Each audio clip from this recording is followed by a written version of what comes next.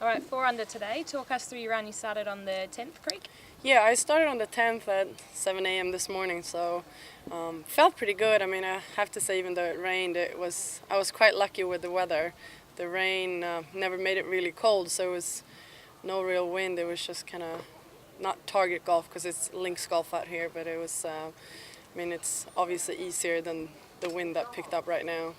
And you're staying on course this week with your good friends Richard and Mariana. Do you know the course pretty well now? You've been here a couple of years, I believe. This is actually only my second year. Okay.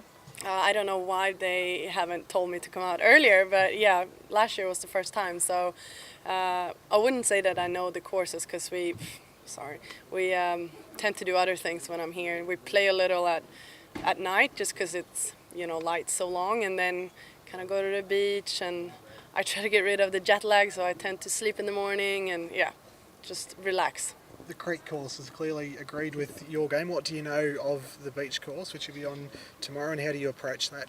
I mean, I would say that the beach course is a bit tougher than the creek, definitely, especially when it starts blowing. But as long as it kind of blows the right direction, I think it suits the golf holes. So the normal wind it makes the golf course really good, and I think it's just you just gotta know kind of where to pitch it and be aggressive when you can, but also kind of stay back when you have to, and because there are some tricky bunkers and runoffs that you really don't want to be in. Yeah, you've gone low in big tournaments before in the early rounds. What have you learnt from those experiences? Well, you learn as you go on, but I mean, it's just a new day tomorrow. That's what I'm trying to tell myself. It's new 18 holes, nothing different.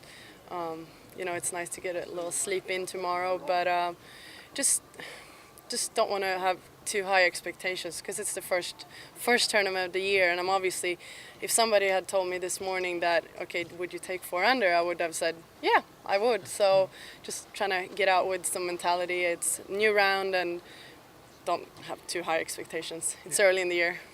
5 birdies, 1 bogey. Camilla, what were the keys for that? What did you do well? What will you work on ahead of tomorrow? I say that the key was actually the par 5s. As soon as I got going, it was pretty reachable today with not that much wind, and I kind of took care of that. And then I'm going to work on a few things. I'm still a bit rusty in my swing, but I'm obviously happy with the way I managed it today. But there are a few things on the range that I'm going to go work on. What's the hardest to get back after a break?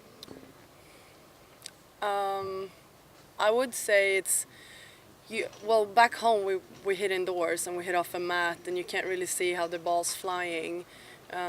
So sometimes you think it's good, but it's just a big difference of hitting on the mat and then get out on the grass where you feel like you can take a divot, and the wind is a factor because there's no wind indoors, and here it's off the left all the time. It's gusty. It's even though you feel like you practice indoors, it's a different feeling of actually standing on grass and taking a divot, trying to shape the ball, I'd say that's the biggest difference.